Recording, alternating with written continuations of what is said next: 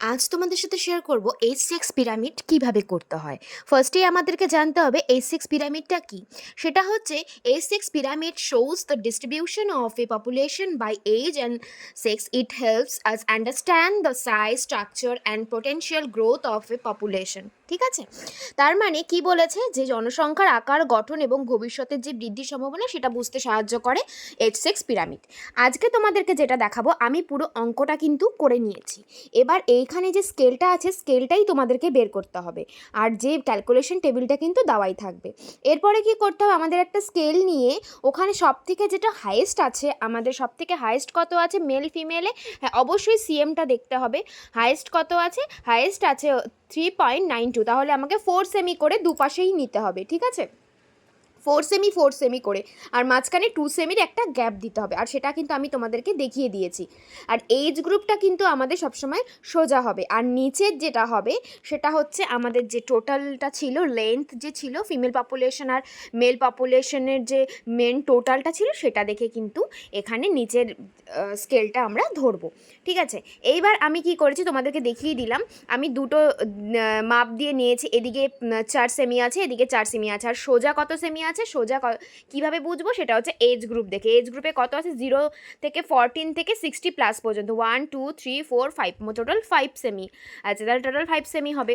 এবার স্কেলটাকে কি করব, ওই বিন্দুতে জিরোটা বসিয়ে সেমি স্কেলটা নিয়ে ফার্স্টেই আমরা নিয়ে নেব হচ্ছে 0 থেকে 14-এর কত আছে মেল পপুলেশন, 3.92। দেখো আমি স্কেলে তোমাদেরকে 3.92 দেখিয়ে দিচ্ছি। 3.92 অলমোস্ট 4-এর একটু আশেপাশেই হবে। তো এই যে দেখো তোমাদেরকে দেখিয়ে দিচ্ছে 3.92টাকে আমরা এখন স্কেলে নেব।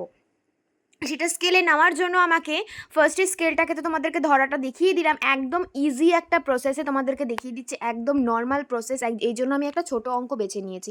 এই দেখো আমি করেও ফেলেছি তোমাদেরকে বলতে বলতে, ঠিক বারগ্রাফের মতন হবে সিস্টেমটা, কিন্তু একদম বারগ্রাফের মতন। এবার আমরা সেকেন্ডেরটা নেব। সেকেন্ডে কি আছে, ফার্স্টে আমরা মেলগুলো করে নেব, দেন আমরা ফিমেলটা করব। ঠিক আছে, এই যে আমার পুরো মেলটা কমপ্লিট হয়ে গেছে। এবার আমি আবার সেম ওয়েতে সেম প্রসেসে আমি কিন্তু আবার ফিমেলটা করব। এবার ফিমেলটা করার জন্য আমাকে কোন মাপটা নিতে হবে, অবশ্যই সেমিটা নিতে হবে। এইটা মেল আছে, আর এই পাশে দেখতে পাচ্ছ 3.28 3.12, এটা হচ্ছে ফিমেল।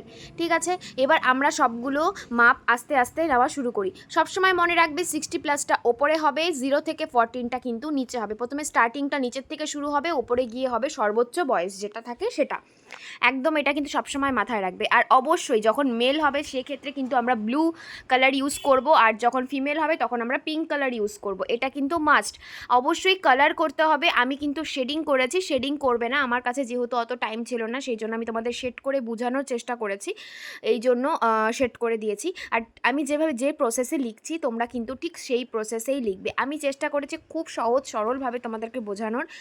আশা করি এই ম্যাথসটা তোমাদের অনেক কাজে লাগতে পারে, যারা অনার্স আছো তাদেরও লাগতে পারে, যারা 11-12-এ পড়ো তাদেরও লাগতে পারে।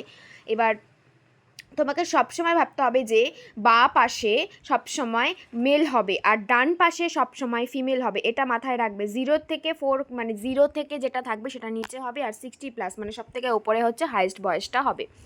আমি দেখো পরপর সবগুলো লিখে যাচ্ছি, তোমরা কিন্তু সেম প্রসেসে করবে, অবশ্যই একদম ধীরে সুস্থে করবে, কিন্তু আরেক কালারে করতে হবে, তাহলে ওটা হবে ব্লু কালার, মেলের ক্ষেত্রে ব্লু কালার হবে, আর যখন ফিমেল আসবে তখন কিন্তু মানে পিঙ্ক কালারের দিতে হবে। এই যখন আমি শেডটা করেছি, এখানে একটা পাশে ইন্ডেক্স দেবে, উপরে H6 পিরামিড, যেটাই তোমাদের কোয়েশ্চেনে থাকবে সেটা তোমাদের হেডিং করতে হবে, প্লাস তোমাদেরকে ওখানে ইন্ডেক্সে লিখতে হবে। আমি ইন্ডেক্সে লিখতে ভুলে গেছি, তোমরা কিন্তু লিখে নেবে।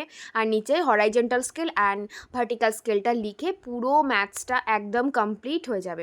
আশা করি আমি যতটুকুন বোঝানোর চেষ্টা করেছি তোমরা হয়তো বুঝেছো, যদি নাও বুঝে থাকো কমেন্টে অবশ্যই জানিও। আর নেক্সটে তোমরা কোন ম্যাথসটা দেখতে চাও, প্র্যাকটিক্যালের কোন বিষয়টা দেখলে তোমাদের ভালো হয়, বা কোন সাবজেক্টের কোন বিষয়টা দেখলে তোমাদের ভালো হয়, সেটা তোমরা আমাকে কমেন্টে জানিও। এখন আজকে এইটুকুনি থাক, আবার নেক্সটে আসছি একটা নতুন একটা ম্যাথস নিয়ে, সেজন্য দেখতে থাকো এই চ্যানেলটা। যদি কিছু ভালো লেগে থাকে তবে অবশ্যই লাইক কমেন্ট শেয়ার করো। আর আমার এই পুরো কাজটা তোমরা আবার একবার দেখে নাও, যদি কিছু কনফিউশন থাকে তাহলে কমেন্টে লিখে জানিও।